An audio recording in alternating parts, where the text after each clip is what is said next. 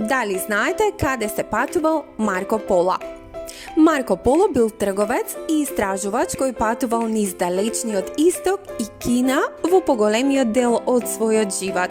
Неговите приказни беа основа за сето она што голем дел од Европа го знаеше за античка Кина и тоа многу години. Марко Поло живеел од 1254 година до 1324.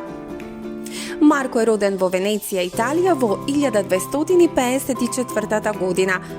Венеција бил богат трговски град, а таткото на Марко бил трговец. Кога ќе слушнете патот на свилата, тогаш знаете дека ова се однесуваше на голем број трговски патишта меѓу големите градови и трговските места што одеа се од источна Европа па до северна Кина. Ете, токму овој пат се нарекуваше патот на свилата, бидејќи свилената ткаенина беше главниот извоз од Кина. Не многу луѓе патуваа по целата рута. Тргувањето главно се одвиваше помеѓу градови или мали делови од рутата и производите полека ќе се пробиваа од едниот до другиот крај и тоа неколку пати. Но таткото и војкото на Марко Поло посакале да пробаат нешто поинакво. Тие сакаат да патуваат се до Кина и да ја вратат робата директно во Венеција. Тие мислеа дека на овој начин можат да направат богатство. Им требаат цели 9 години, но конечно се вратија дома. Марко првпат заминал во Кина кога имаше 17 години. Таму отпатувал со татко му и војко му. Неговиот татко и војко го сретнале монголскиот император Кублај Кан за време на нивното прво патување во Кина и му рекле дека ќе се вратат. Кублај во тоа време беше лидер на цела Кина.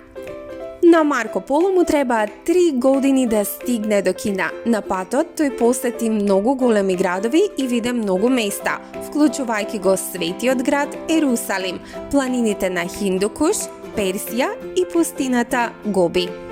Тој се запознал многу различни типови на луѓе и имал многу авантури.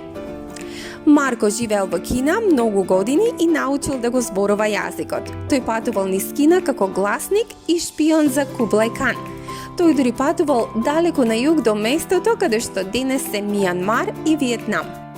За време на овие посети тој се запознал со различни култури, храна, градови и народи. Видел многу места и работи што никој од Европа досега не ги видел.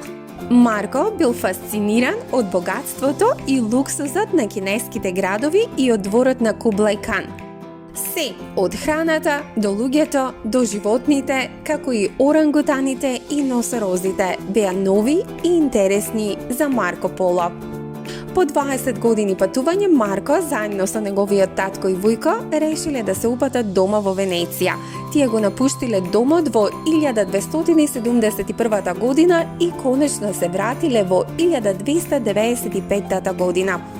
Неколку години по враќањето дома, Венеција водела војна со градот Дженова и Марко беше уапсен. Додека бил приведен, Марко му раскажал детални приказни за неговите патувања на писателот Рустичело, кој ги запишал сите во книгата наречена Патувањата на Марко Поло. Патувањата на Марко Поло стана многу популарна книга, преведена и на повеќе јазици и читана низ цела Европа. По патот на Кублај Кан, династијата Минг ја преседе Кина. Тие беа многу внимателни кон странците и малку информации за Кина беа достапни. Ова ја направи книгата на Марко уште попопуларна.